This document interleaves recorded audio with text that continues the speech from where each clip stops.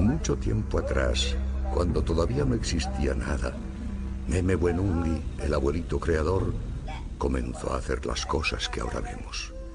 Hizo las aguas de los ríos, lagunas y caños. Creó la selva con todos sus árboles y hierbas y luego comenzó a crear los animales. Los buenos como los guanganas, pavas, paujiles, tucanes, papagayos y monos. También aparecieron los que pueden hacer daño, como el tigre y las serpientes.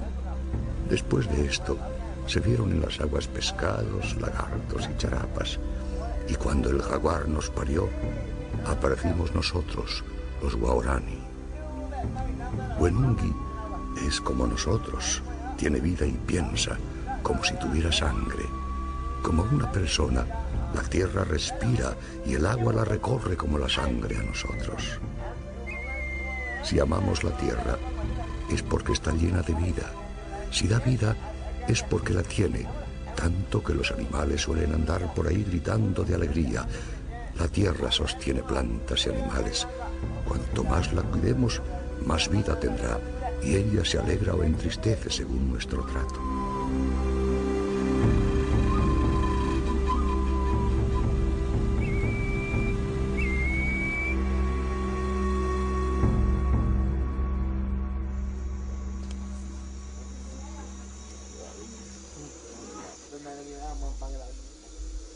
Este hombre se llama Ñame Enomenga y representa a la última generación de una tribu, los Waorani, que lamentablemente ha sido condenada a desaparecer. Ñame vive con su familia en Nenquipari, un pequeño asentamiento a orillas del río Siripuno. Está casado con Bara y hace poco tiempo que se trasladaron a este lugar, ubicado en el corazón de la Amazonía ecuatoriana.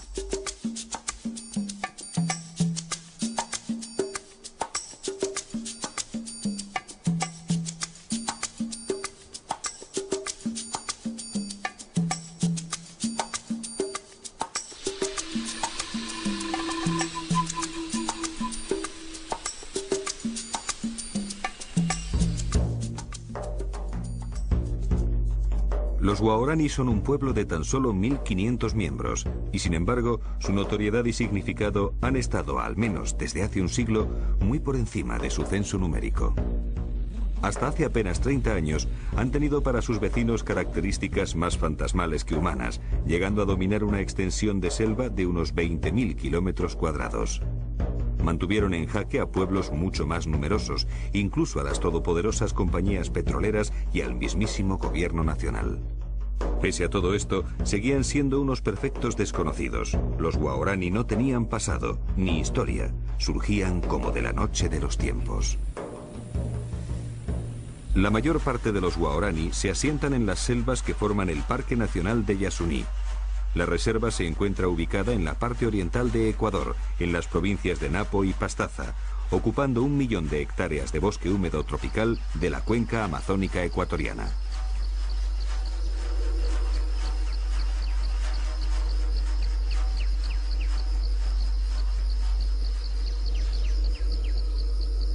Yasuní forma parte del llamado Refugio Napo del Pleistoceno, constituyéndose en uno de los 10 lugares con mayor diversidad biológica del planeta.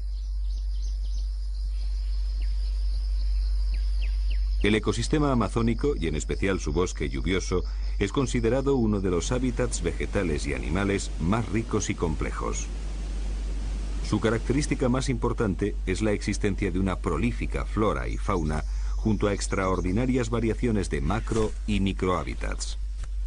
Solo en este parque se han identificado más de 100 especies de árboles por hectárea. Para asimilar la verdadera magnitud de esta cifra, pensemos que en los bosques centroamericanos más densamente ricos no llegan a las 40 especies.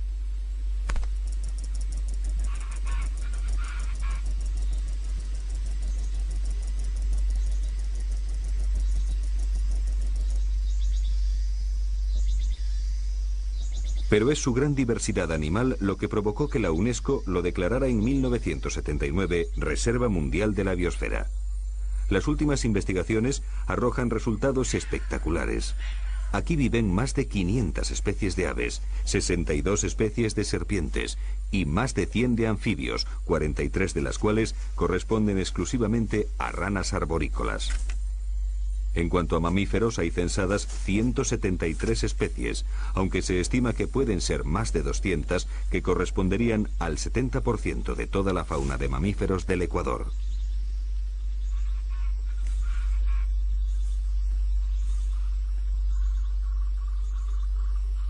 Las copas de los árboles son territorios casi exclusivos de aves y monos. Ellos buscan en las alturas una seguridad que en el oscuro suelo no está garantizada. Y es que en este mundo que habita bajo el manto amazónico, el peligro es constante y todos deben estar alerta, porque todos son vigilados por alguien más fuerte y rápido que él, y con un único objetivo: matar para comer.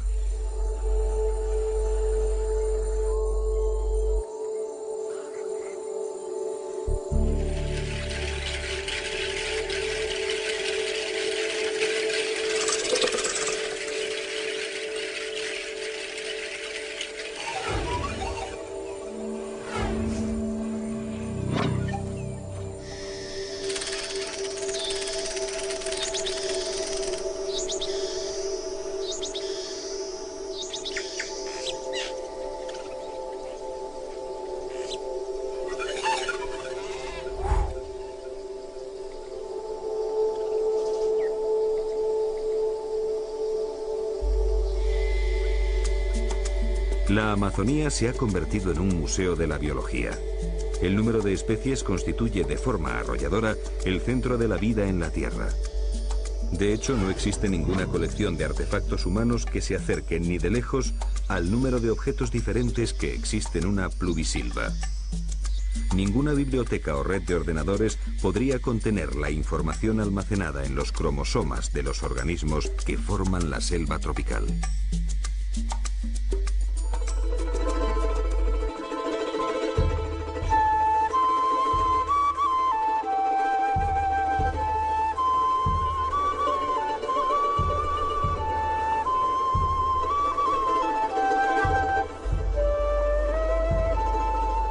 El gran manto de la selva tropical, que se extiende hasta las costas del Atlántico, tiene su origen a los pies de la cordillera de los Andes.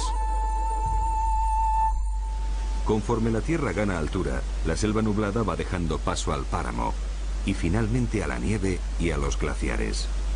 Y de estas cumbres de nieves perpetuas nacen miles de ríos y riachuelos que han formado el Amazonas, el gran río de los ríos.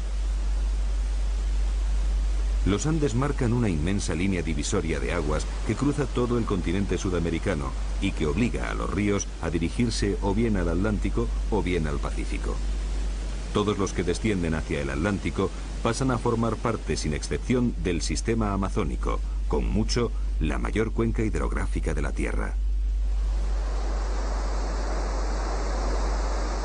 El principal tributario del río Amazonas es el Napo, que tradicionalmente ha marcado la frontera natural de los territorios Guaraní. Esta era, hasta hace 50 años, su patria soberana de bosques y agua.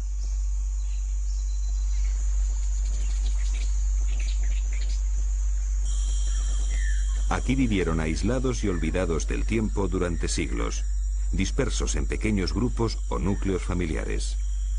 En sus territorios nunca han existido caminos ni carreteras, solo los pequeños ríos que alimentan al Napo han conectado unos poblados con otros.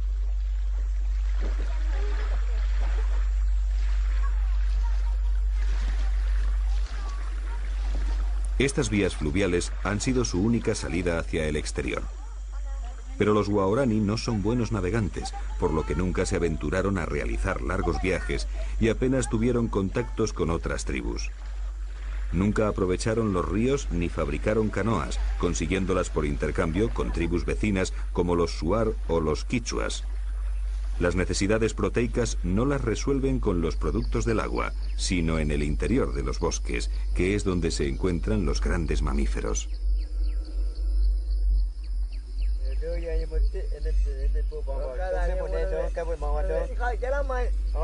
Hasta hace aproximadamente un año, Ñame y su familia vivían en Quehueiriono, uno de los poblados más importantes del río Siripuno, afluente del Napo. Pero los recursos naturales se estaban agotando y no eran suficientes para alimentar a los más de 160 miembros que formaban la comunidad. Así que Ñame decidió separarse y establecerse en un nuevo asentamiento que se encuentra a 2 jornadas a pie de Quehueiriono.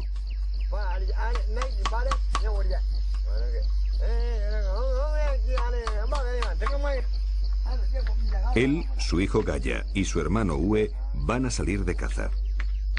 Ellos básicamente viven de la caza y de la recolección de productos silvestres, que representan el 90% de su dieta alimenticia.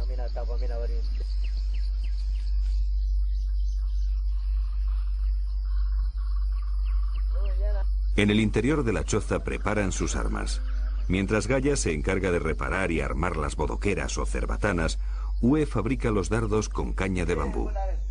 Ñame, mientras tanto, no para de hablar contando 1001 batallas de sus días en que era el mejor cazador de Quehueiriono. Gaya y Ue escuchan por enésima vez y resignados la misma historia de siempre. En la actualidad, la mayor parte de los jóvenes han sustituido las bodoqueras por rifles y escopetas, y solo los más viejos siguen cazando con ellas.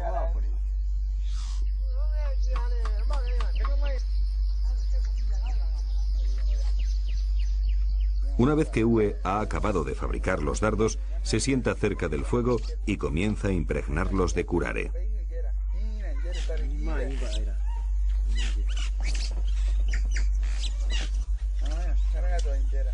El curare es un poderoso y mortífero veneno que paraliza el sistema nervioso bloqueando los músculos del diafragma, por lo que el animal muere asfixiado.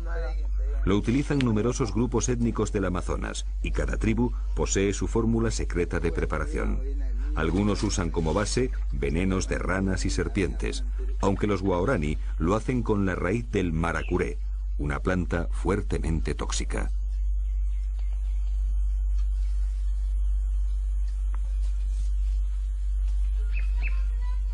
El cazador va impregnando concienzudamente cada uno de los dardos que luego deposita cerca del fuego para que el veneno se vaya secando.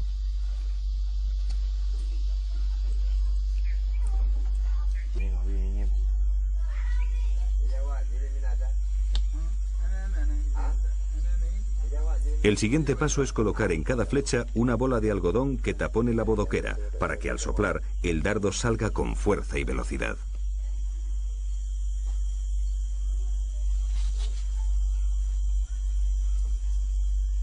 Por último, Ue utiliza la mandíbula de una piraña para hacer una muesca en el extremo impregnado de curare.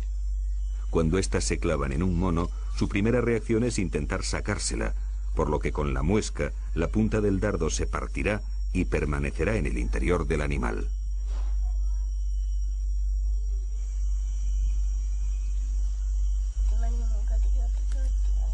Mientras tanto, Ñame prepara la lanza. Cada vez que van a salir de caza, la lanza es adornada con un tinte rojo que extraen de la ahuenca, una semilla que los guaorani aprecian especialmente, ya que también la usan para sus adornos corporales. Al igual que el curare, la ahuenca es utilizada por varias tribus amazónicas.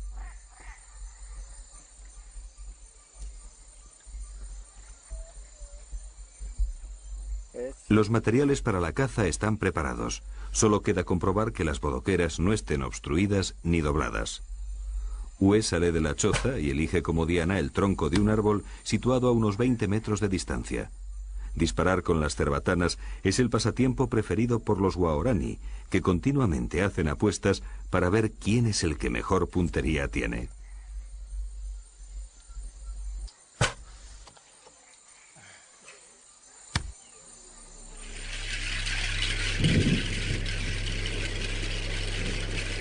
A finales de abril, las tormentas se forman a diario y en pocos minutos el cielo se cubre de un gris plomizo.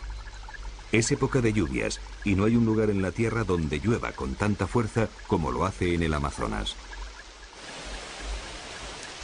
El agua que permanece en el suelo en forma de humedad es absorbida por las raíces de los árboles y arbustos y desde aquí asciende por el tronco y las ramas hasta las hojas.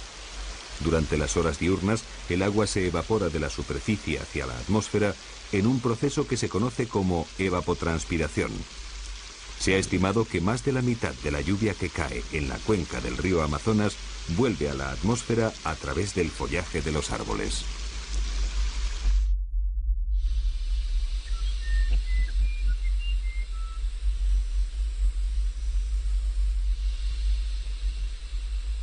A la mañana siguiente, Ñame, su hijo pequeño Moi, Ue y Gaya abandonan Nenquipari y se adentran hacia el interior de la selva.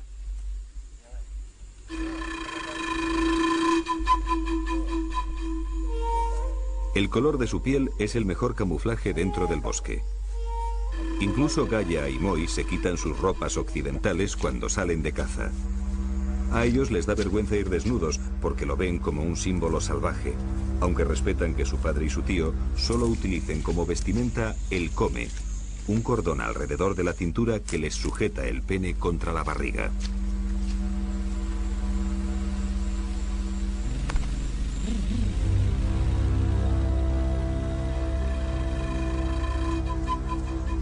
Los guaraní son tremendamente supersticiosos y los sueños también son importantes a la hora de cazar. Estos pueden orientar al cazador que debe saber interpretarlos.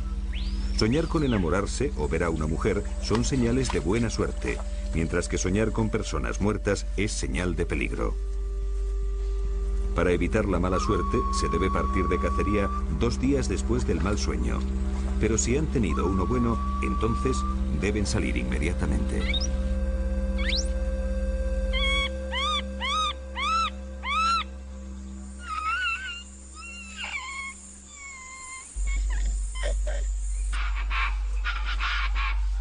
A los animales los detectan por las huellas y por el olor que dejan impregnado en el suelo, en las plantas y en los troncos, por el ruido que emiten cuando caminan o se mueven en los árboles y por los frutos que dejan parcialmente comidos.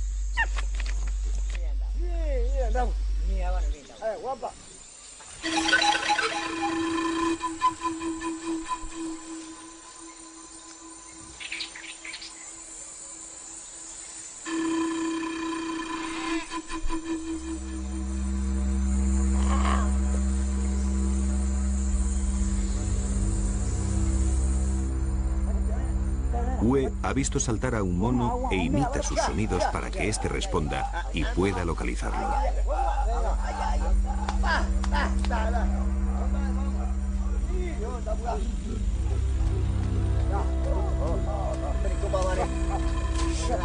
Los cazadores han encontrado a una familia de chorongos. Con ruidos y movimientos de ramas intentan distraerlos y mantenerlos cerca. Gaya le prepara los dardos a su hermano pequeño, que va a ser el encargado de disparar. El blanco no es sencillo, porque los monos no paran de moverse. Moi sigue los movimientos de los chorongos bajo la atenta mirada de su padre. El primer tiro lo ha errado, pero aún va a tener una segunda oportunidad.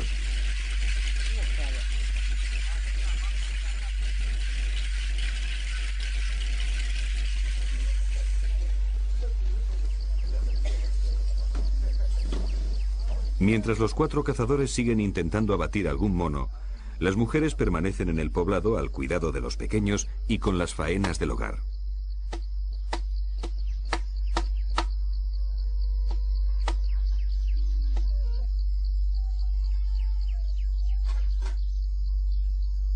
Vara, la mujer de Ñame, está fabricando cuerdas a partir de la chambira, una fibra vegetal con la que confeccionan canastos y redes para pescar. En la choza de al lado, Luana, la mujer de Gaya, prepara el tallabo, un tinte para teñir la chambira y que se obtiene machacando las hojas de un árbol al que llaman ñaña.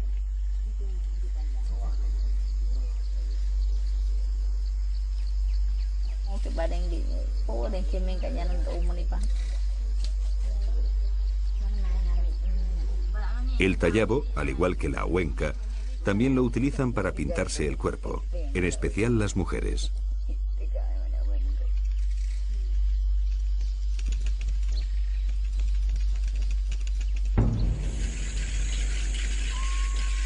Moi también desaprovechó su segunda oportunidad y los monos han conseguido escapar. Pero por suerte pronto encuentran a otro grupo y Uwe, de nuevo, trata de distraerlos con su repertorio de sonidos.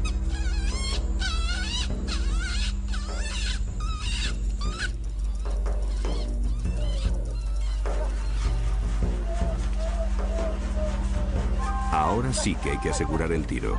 La tarde se echa encima y las nubes vuelven a cubrir el cielo amenazando con lluvia. Gaia y Uwe toman la responsabilidad.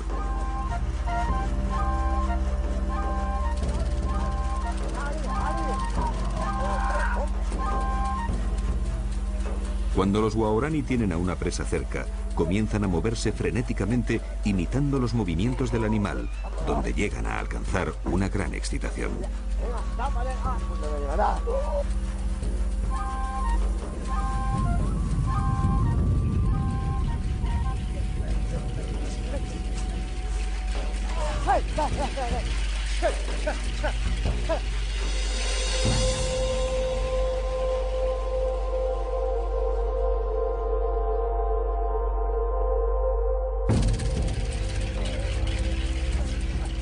Un mono ha sido alcanzado y en pocos minutos morirá por asfixia. El chorongo se ha quedado enganchado en una rama y Gaia tiene que trepar para recuperarlo. En cuestión de segundos, la tormenta vuelve a descargar con fuerza.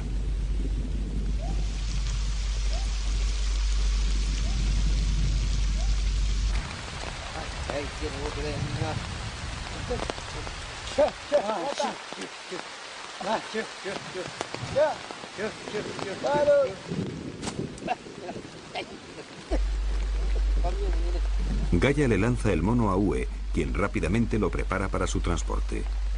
La lluvia arrecia y la noche está al caer. Aún les queda una buena caminata hasta Nenkypari, y ellos bien saben que caminar por la noche en la jungla puede resultar peligroso.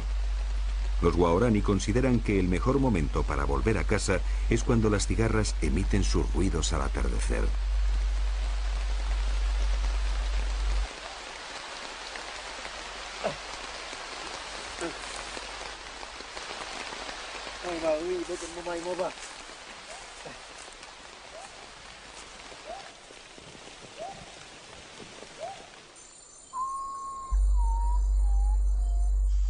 Hoy ha sido un día de suerte. En el camino de vuelta localizaron a otra familia de chorongos y lograron matar a 3 de sus miembros. Hacía mucho tiempo que no cazaban tantos monos en una sola jornada.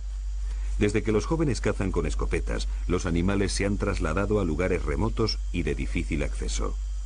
Cada vez es más complicado cazar con bodoqueras y muy pronto esta arma caerá en el olvido.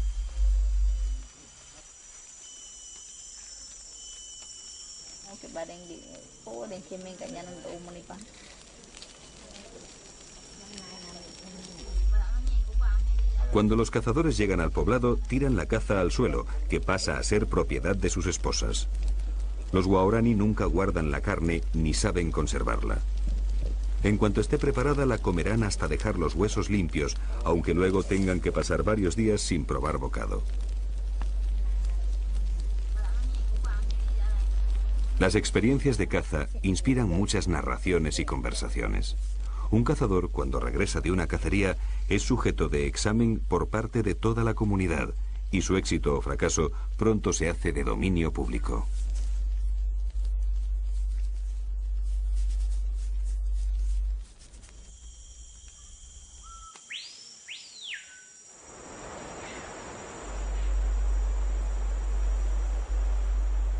Aunque los Waorani tradicionalmente han vivido de espaldas al río, siempre se han visto obligados a pescar, sobre todo durante las épocas en que la caza escasea. No lo hacen en los ríos, sino en las charcas y riachuelos que apenas tienen profundidad, ya que solo los jóvenes saben nadar.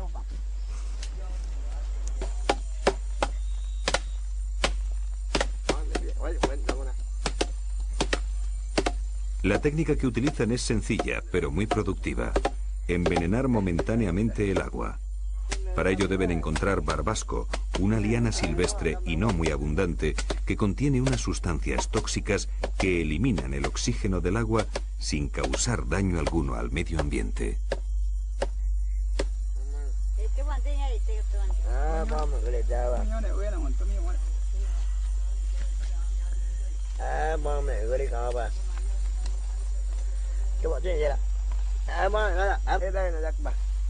Una vez preparadas las redes y machacado el barbasco para que se disuelva bien en el agua, Ñame y Vara se meten en la charca y comienzan a diluir el veneno lavando las lianas varias veces.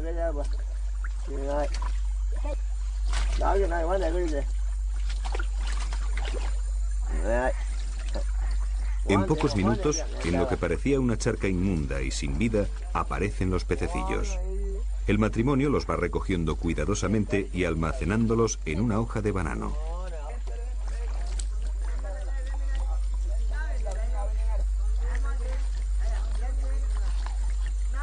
Al igual que la caza, los guaraní también tienen sus creencias sobre la pesca. Nunca comen la cabeza del pescado, porque de lo contrario, nunca más volverán a pescar.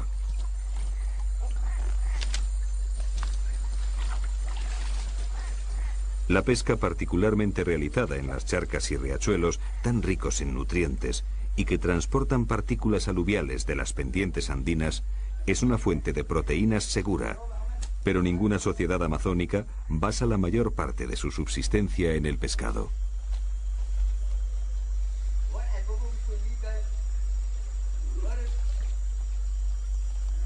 En menos de una hora, Vara y Ñame han conseguido suficiente pescado para comer. En el improvisado recipiente se pueden contar hasta 12 especies distintas.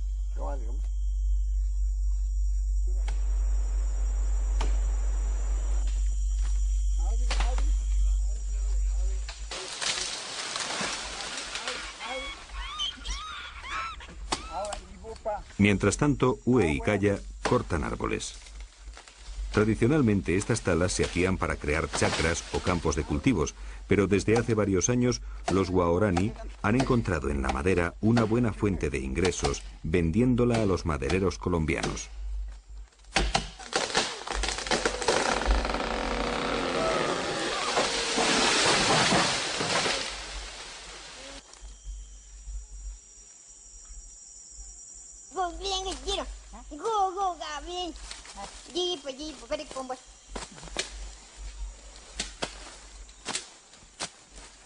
En la chacra, Vara cultiva yuca y plantas medicinales.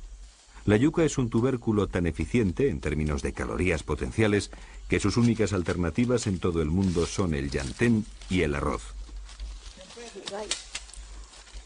En la actualidad, menos del 1% de los grupos de la selva de América Latina obtienen la mayor parte de su alimento mediante la caza y la recolección, dependiendo exclusivamente de la agricultura para su supervivencia.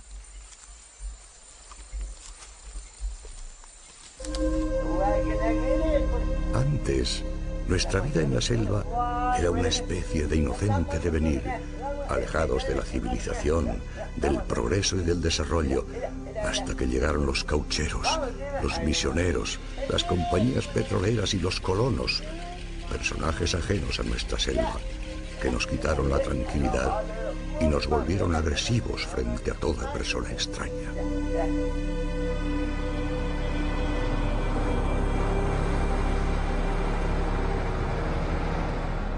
La decadencia del pueblo guaraní comenzó en 1967, cuando la compañía norteamericana Texaco perforó el primer pozo petrolífero. Desde entonces se han construido 22 estaciones de producción, 399 pozos y más de 500 kilómetros de oleoductos con un impacto medioambiental desolador. En 32 años se han derramado más de 70 millones de litros de petróleo crudo. Más de 100.000 millones de litros de aguas residuales con contenidos muy tóxicos han sido vertidos directamente a los ríos. Se han deforestado 1 millón de hectáreas de bosque y se han quemado al aire libre más de 235 millones de metros cúbicos de gas, afectando a una población de 300.000 indígenas. Muchos sufren desde enfermedades cutáneas hasta cáncer pasando por todos los virus traídos por el hombre blanco, como la viruela, el sarampión, la tosferina, la peste, el tifus, la disentería, la gripe.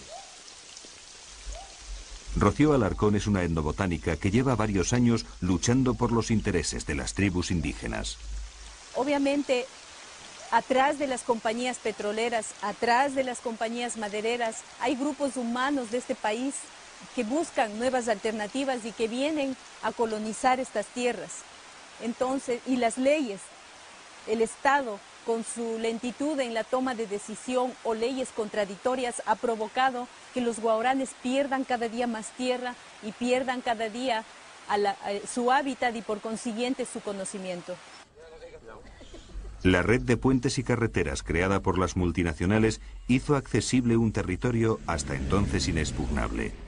El petróleo atrajo a gentes de todos los rincones del país en busca de una mejor vida.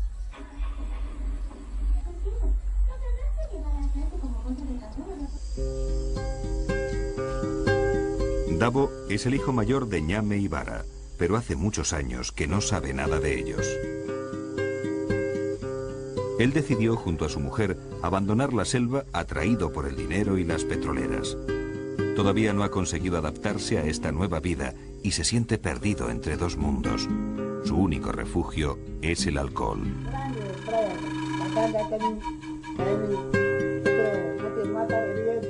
Yo pensaba que venía al paraíso. Mis amigos los madereros me contaban historias sobre las petroleras. Ellos me convencieron para que viniera aquí a trabajar porque iba a ganar mucho dinero. Pero no ha sido así, y ahora me arrepiento de haber abandonado la selva. No hay un solo día en que no recuerde las cacerías junto a mi padre y mis hermanos, todos desnudos. Yo era muy feliz. Ahora me doy cuenta de que el paraíso no es esto, sino lo que he dejado atrás, pero ya es tarde.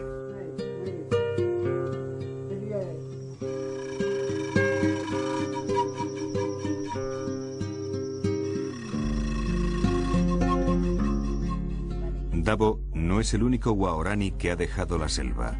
Como él, otros muchos han decidido cambiar de vida y probar fortuna, pero pocos han logrado adaptarse. Su cultura ha perdido tal identidad y orgullo que hoy se han convertido en mendigos en medio de la riqueza de su propio territorio. Claman caridad, mientras sus casas están construidas sobre inmensos yacimientos de petróleo. El cambio es muy marcado. Los viejos han escondido su conocimiento, han escondido su forma de ser, y para llegar a ellos hay que gastar tiempo y energía para descubrir su real interioridad. Está cubierta, tapada por lo que ahora es la civilización. Y en el caso de los jóvenes, están atraídos por lo que es la ciudad, el modernismo, la radio, la televisión. Y este cambio lo hemos provocado nosotros los ecuatorianos y el mundo que nos rodea, todos nosotros que formamos parte de este planeta, que estamos hambrientos de recursos naturales, estamos hambrientos de petróleo, estamos hambrientos de una serie de productos que tiene la naturaleza. Y somos nosotros los que hemos provocado esto a través de compañías petroleras, madereras, compañías farmacéuticas y nosotros los consumidores, obviamente.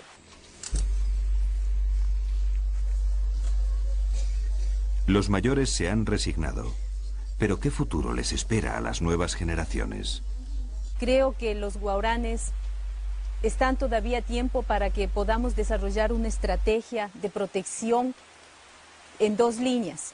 Protección del conocimiento ancestral, pero eso va acompañado con protección del bosque, y brindarles alternativas para que ellos se capaciten y puedan entrar al mundo moderno, pero de una manera más lenta, más segura, porque ellos han tenido un cambio en 50 años desde la piedra hacia la civilización, hacia la computadora.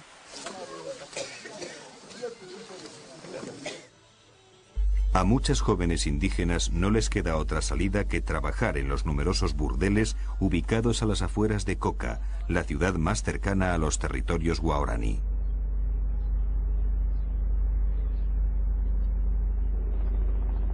Coca se encuentra en la margen izquierda del río Napo y representa a la típica ciudad amazónica, remota y olvidada, que ha crecido sin orden ni concierto.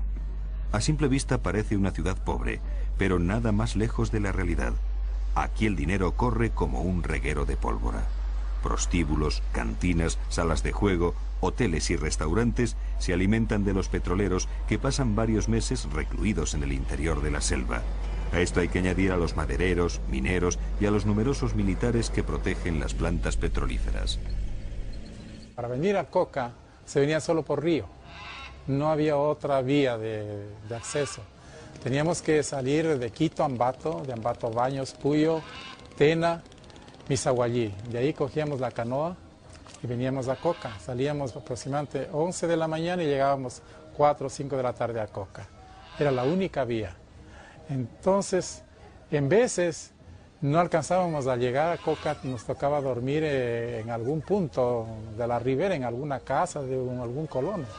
El río Napo pues dividía dos sectores, la parte de los colonos indígenas que estaba aquí a mano izquierda y a mano derecha, todo ese territorio desde Misaguallí hasta Nuevo Rocafuerte, toda esa ribera era de los Aucas. No había una sola casa, no había un solo pueblo en todo ese trayecto, porque si alguno se atrevía a pasar se exponía, muchas veces les mataban. Con frecuencia a las mujeres no les mataban, se las llevaban para hacer las suyas, a los varones sí. Y recuerdo en ese tiempo, cuando estábamos aquí, los Aucas se parecían al otro lado desnudos. Y había un pequeño piquete de soldados, una guarnición. Les rogábamos que vayan y les asusten, les disparen por lo menos al aire, y se iban. Entonces nosotros vivíamos en zozobra porque algunas veces sí se pasaban los Aucas para acá.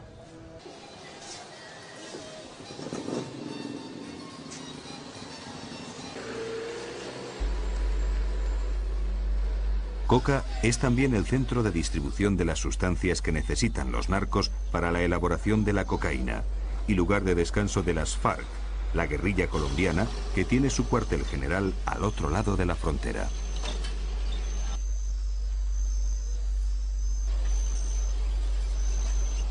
Al pasear por sus calles, uno siente que se encuentra más allá de la última frontera. Coca nunca descansa. Para muchos es la única válvula de escape que tienen para soportar una vida lejos de toda civilización, entre el juego, el alcohol y las prostitutas más baratas de Ecuador. Bueno, la historia de Coca tiene varias fundaciones. Desde el tiempo de los jesuitas, que se llamó San Antonio de la Coca. Posteriormente también fue fundada por un ecuatoriano, refundada, y esas se han llevado. Estaban aquí a la margen izquierda del río Napo, en la desembocadura con el río Coca. Y esta fundación es del año 54 más o menos, y es fundada por Camilo de Torrano, un capuchino, que vino aquí y en esta zona había pues 3 casitas de indígenas.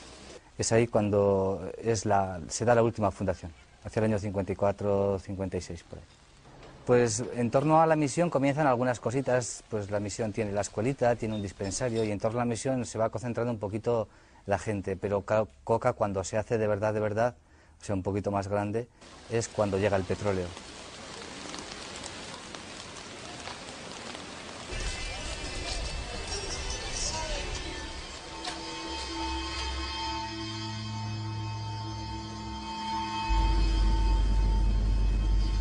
Pero antes de la llegada de los petroleros, los guaraní ya habían tenido varios contactos con el hombre blanco. A principios de los años 50, el ILV, una misión evangélica norteamericana, comenzó a sobrevolar la selva tratando de localizar y contactar con tribus indígenas en un ambicioso proyecto de evangelización. Sus lazos de amistad los creaban desde el aire, lanzándoles regalos. A los guaraní se les agrupó en protectorados donde sufrieron un proceso de occidentalización brutal. Fue el comienzo de su genocidio cultural, pero también el nacimiento de un mito que aún continúa.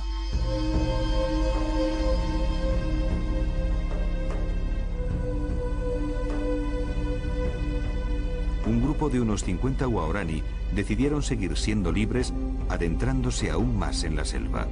Entre ellos, hicieron un pacto de sangre: no volver a ser contactados nunca más.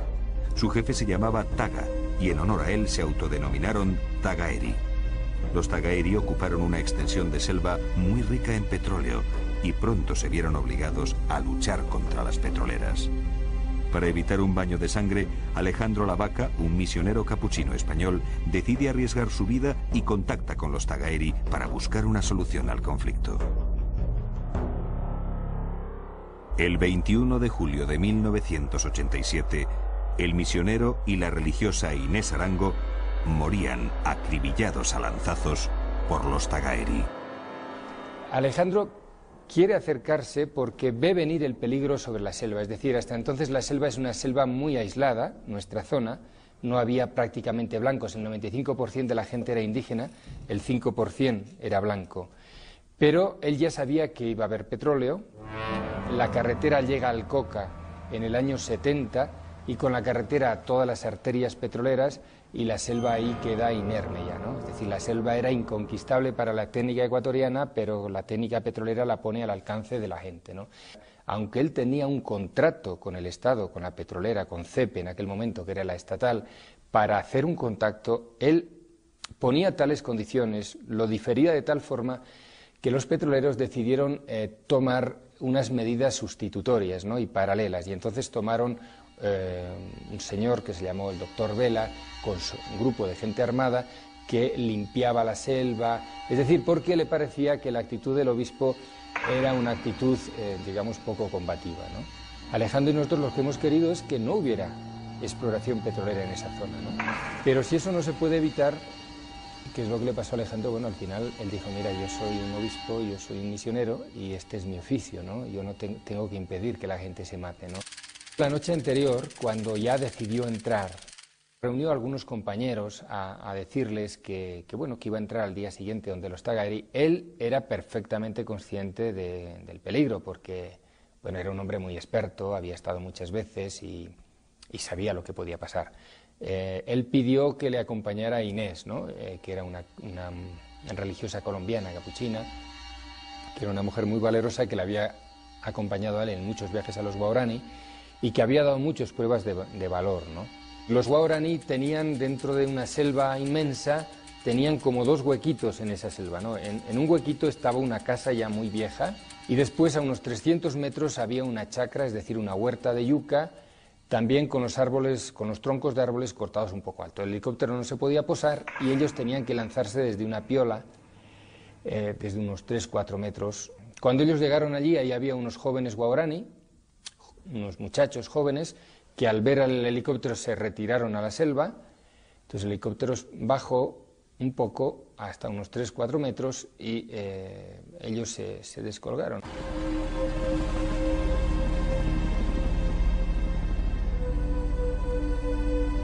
Que un obispo fuera acribillado por las lanzas guerreras de los aborígenes era algo no visto ni en tiempos del descubrimiento.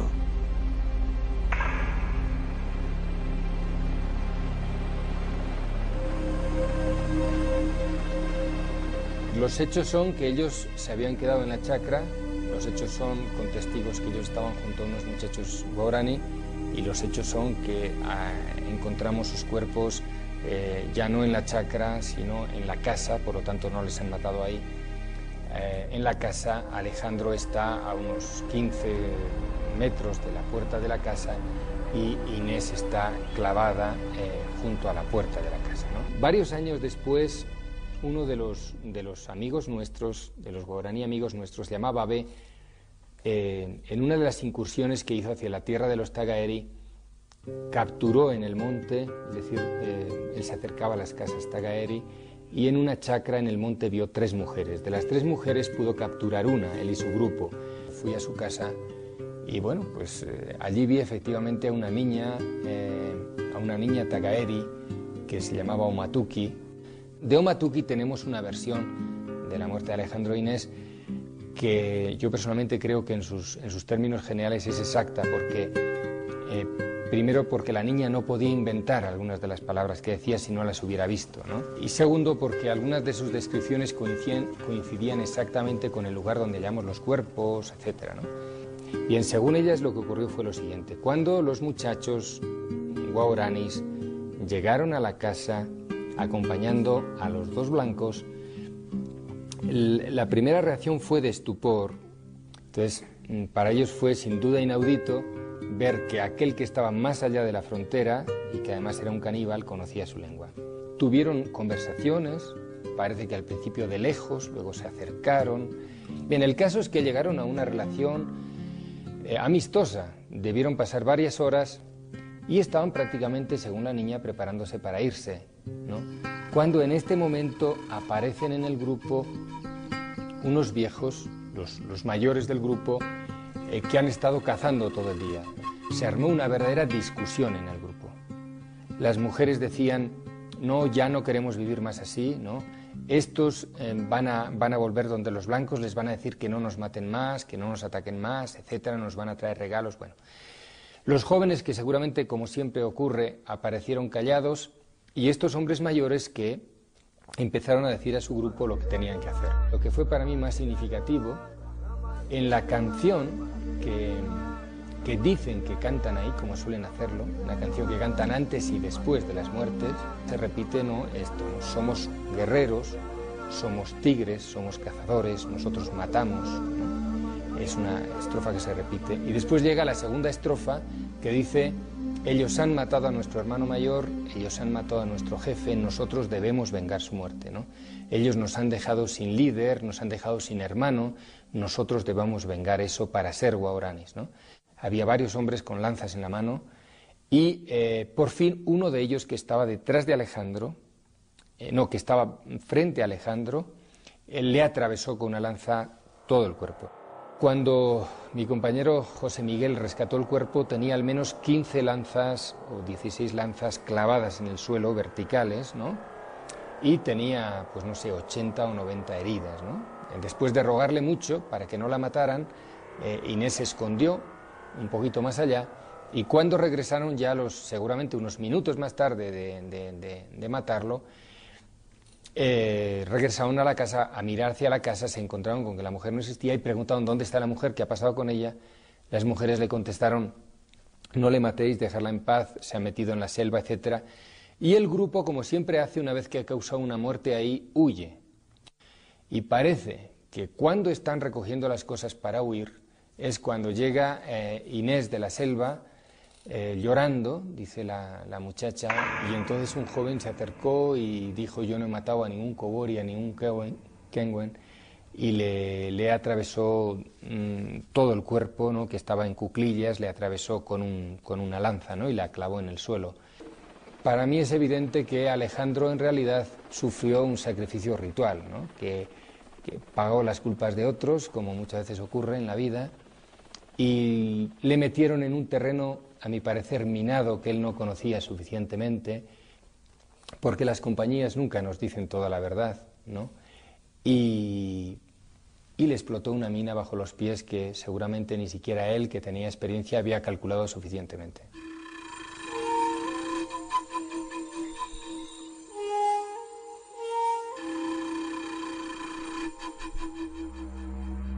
Ahora nuestra vida no es ese paraíso en medio de animales y flores, es radicalmente diferente con la presencia de las compañías petroleras. El canto de los pájaros ha sido cambiado por el bramar de las máquinas que se abren paso, penetrando en la selva virgen y reduciendo con rapidez nuestro espacio físico. Para los blancos, esta zona significaba perder un paisaje o ganar riqueza. En cambio, para nosotros, es el fin y la extinción de nuestras vidas. Miles de hectáreas de selva tropical han sido destruidas, los ríos contaminados y la espesa jungla ha visto desaparecer muchos de sus encantos.